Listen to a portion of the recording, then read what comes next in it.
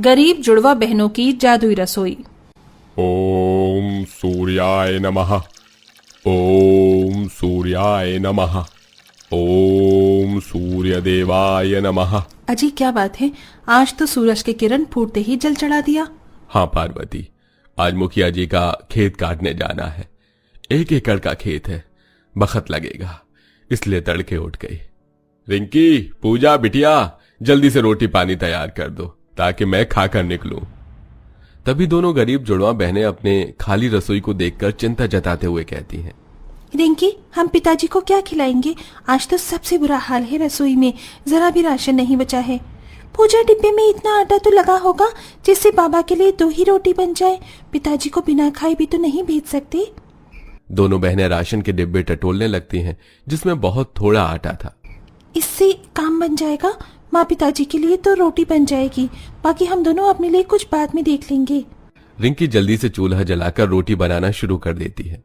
तभी रसोई के कमजोर और काफी धंसे हुए होने की वजह से छत से मिट्टी झड़ती है। गरीब कैलाश और पार्वती की केवल 2 बेटियां हैं। बड़ी मुश्किल से बुढ़ापे की इस उम्र में पिता जैसे तैसे कभी किसी का खेत जोतकर तो कभी किसी की फसल काटकर घर का खर्चा चलाते हैं, लेकिन सबसे बड़ी दुविधा रसोई चलाना है, जिससे दोनों गरीब जुड़वा बहनों को समस्याओं से 2-4 होना पड़ता। उन्हें खुद हाथ चक्की में गेहूं पीसना पड़ता, रोज ईंधन की लकड़ियां लाने के लिए कोसों दूर जंगल जाना पड़ता, और बरसात का मौसम उनके लिए सबसे ज्यादा दुखों से होकर गुजरता था, क्योंकि उनकी रसोई पूरी की पूरी मिट्टी की बनी हुई थी, जिससे बारिश में हर साल उनके छत की मिट्टी बह जाती और पानी टपकता। पूजा थाली में एक अचार की फांक के साथ रोटियां परोसती है। ये लीजिए पिताजी, सब्जी थी नहीं इसलिए अचार रख दिया है। तभी बूढ़ा पिता मुस्कुराहट के पीछे अपनी गरीबी और दुखों को दबाते हुए कहता है, अरे तो क्या हुआ बिटिया, ये भी तो खाना है। ईश्वर ने जो दिया है उसमें संतुष्ट रहना चाहिए। इस दुनिया में ऐसे भी लोग हैं जिन्हें ये रूखा सूखा भी नसीब नहीं होता है। अच्छा, अब मैं चलता हूँ।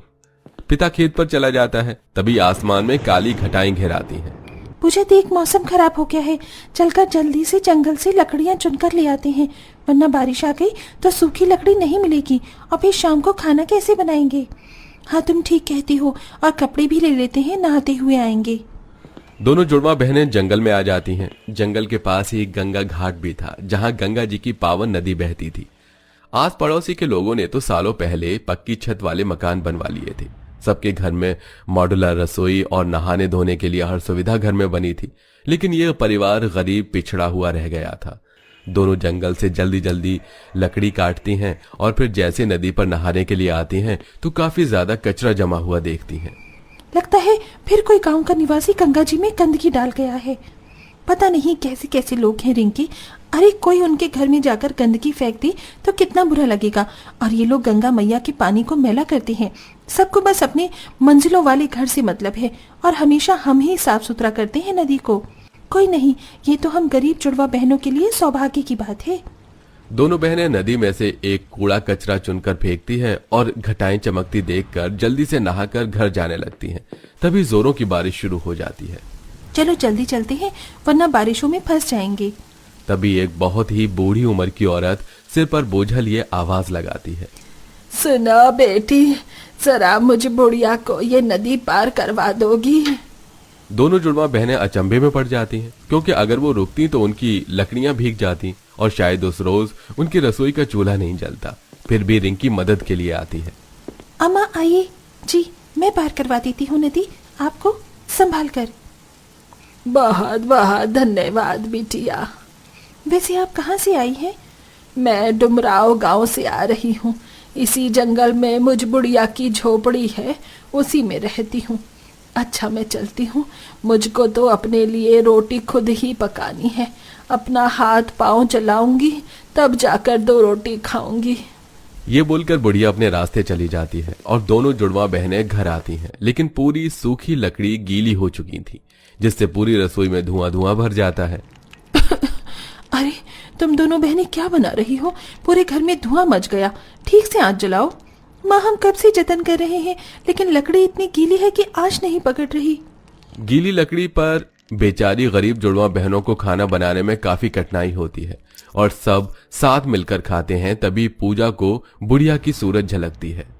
क्या हुआ लाडो, तू खा क्यों नहीं रही? बाबा, हमको रास्ते में एक अम्मा मिली थी, बड़ी बुजुर्ग थी। हम सोच रहे थे 2 रोटी उन्हें हम ही बना कर दे दें। ये सुनकर पार्वती ने कहा, अरे एक तो तुम्हारे पिता की कमाई धमाई नहीं, हमारा पेट ही मुश्किल से पल रहा है, और जिस दिन काम नहीं होता उस दिन दाने दाने के लिए तरसना पड़ता है। फिर तुम दोनों की शादी भी करवानी है। पर माँ, तुम ही तो कहती हो कि हर इंसान अपने भाग्य की रोटी खाता है। हम अपने हिस्से से दे देंगे उन्हें रोटी।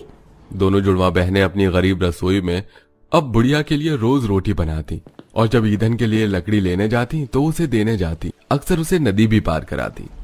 अरे वाह, तुम दोनों जुड़वा बहनों के हाथों की रोटी तो बड़ी मीठी है, एकदम अमृत जैसी। बड़ाई सुनकर उनकी आंखें भर आईं और दोनों घर लौट आईं, मगर उस दिन उनका चूल्हा बारिश में भीगने से टूट जाता है, जिससे वो हताश हो जाती है। चूल्हा तो टूट गया, अब क्या होगा? पता नहीं पूजा, भगवान एक न एक दुख हम जुड़वा बहनों की रसोई में क्यों ही देता रहता है। अम्मा तो हम दोनों का इंतजार कर रही होंगी कि हम खाना लेकर कब जाएंगे। फिर चलो अम्मा के पास चलते हैं, उन्हें बता देंगे तो अपने लिए भोजन तो बना लेंगी वो। फिर दोनों बुढ़िया के घर आती हैं और सारी घटना बताती हैं। तभी बुढ़िया अपना चूल्हा उन्हें देती है। ये लो बिटिया, ये मेरा चूल्हा तुम रख लो, तुम दोनों ने इतने दिन मुझे खिलाया इसीलिए ले लो। फिर अम्मा आप कैसे खाना बनाओगी? मैं अपने लिए नया चूल्हा बना लूंगी। जाओ, कुशल से चली जाओ, भगवान तुम्हारे सब दुख और कष्ट दूर करने जा रहे हैं।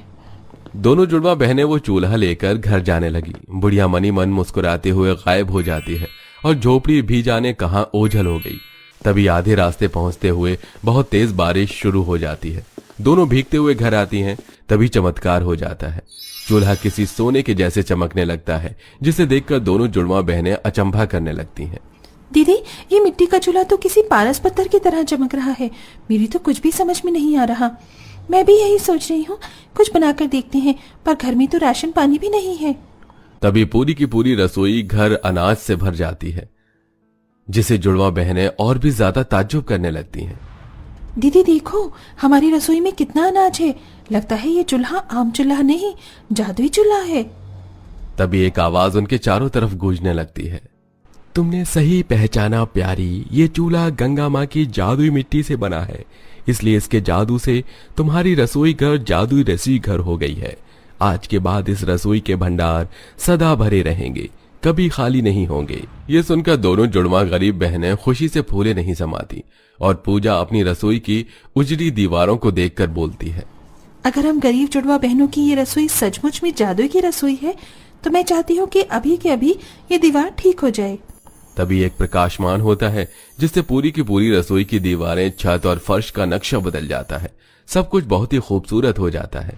पूरी रसोई दूध की तरह चमचमाने लगती है। देखो, हमारी रसोई का फर्श देखो, कैसे दूध जितना उजला है।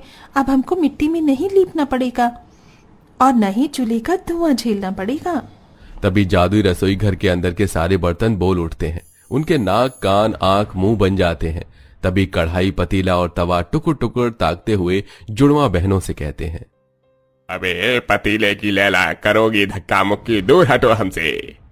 तभी पतीला मुंह बिचकाते हुए कहता है, क्यों बे आइकॉनिक काजल, क्या बोला तू मेरी सोना मोरा को, तेरी तो। शाबाश पतीले प्यारे, ये कलवा तवा इसी लायक है। देख लीजिए मालकिन, ये पतीला और कढ़ाई हमसे लड़ रही हैं, हमको यूज करो यार। जादुई बर्तनों को ऐसे बात करते हुए देखकर दोनों जुड़वा बहनें हक्की बक्की रह गईं। ये सब कितना अनोखा है, ये बर्तन बात कर रहे हैं, सब कुछ सपना तो नहीं है दीदी। तभी दीवार देखते हुए मुस्कुराकर बोलता है, हो, ये सपना नहीं सच है सनोरिटा। हे भगवान, ये दीवार हमारी बातें कैसे सुन रहा है? क्योंकि दीवारों के भी कान होते हैं। चलो अब हमारा इस्तेमाल करो, तुम दोनों जुड़वा बहन इस जादुई रसोई की बारिश हो। पहले पहले तो दोनों सब चीजों को बोलता और देखता हुआ देखकर डरती हैं, लेकिन फिर उसके इस्तेमाल से बढ़िया बढ़िया खाना मांगती हैं।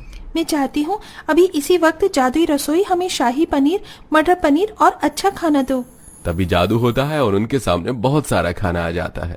अरे वाह, आज तो दावत हो गई। चलो दीदी, सब साथ मिलकर खाते हैं, मेरे मुंह से तो लार टपक रही है। फिर दोनों जुड़वा बेटियां अपने गरीब माता पिता के साथ उस दिन अच्छे से खाना खाती हैं। पिताजी और लीजिए ना। नहीं बिटिया, आज तो हम गरीबों ने अमीरों वाला खाना खाया है।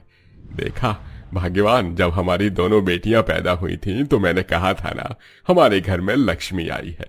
आज इन दोनों की वजह से हमारे घर की रसोई जादुई रसोई में बदल गई है और हम इतना अच्छा भोजन कर रहे हैं। हाँ जी, तुम ठीक कहते हो, मेरी बेटियां हैं ही अच्छी, बस अब ये खुशी कहीं नहीं जाने पाए। जादू रसोई दोनों जुड़वा बहनों की मददगार स्वभाव का फल था, जो उन्होंने उस बुढ़िया को रोटी खिलाकर पाया था, जिससे उनका भाग्य भी बदल गया। जिसके बाद वो अंत में अपने जादुई रसोई का प्रयोग करके ढाबा चलाने लगती हैं और स्वादिष्ट खाना बेचकर पैसे कमाकर पक्के छत वाला घर बनवाती हैं। लेकिन इसके बाद भी वो बूढ़ी अम्मा के उपकार को नहीं भूलती और गरीबों को मुफ्त में खाना खिलाती हैं।